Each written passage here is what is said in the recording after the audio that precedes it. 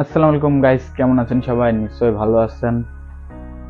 আমার এখানে যে পিসিটা দেখছেন, এই পিসিটা আমি গেম খেলার জন্য বানাইছিলাম। এখন হঠাৎ করে সেদিনকে আমি চলানো অবস্থায় ধাপ করে বন্ধ হয়ে গেছে। বন্ধ হওয়ার পর আমি আর পিসি চলাইতে পারছি না। এখন পরে পরে ওরা বললো যে পিসি খোলার পরে বললো যে মাদারবোর্ড বেশি গেছে। এখন ওরা করছে ভাই নতুন মাদারবোর্ড নিলে ভালো হতো না। এখন নতুন মাদারবোর্ড নেবো না জিনিসটা সারবো, এখন বুঝে উঠতে পারছি না। এখন পিসিটা তো দরকার ছিল, এখন কি করব বুঝতে পারছি না। এখন আম্মু করছে নতুন জিনিস কেনার দরকার নাই, সারতে করছে। এখন আরেকজনা বলছে যে সারো, কিন্তু যত সম্ভব ভালো হবে না না আগের মতো।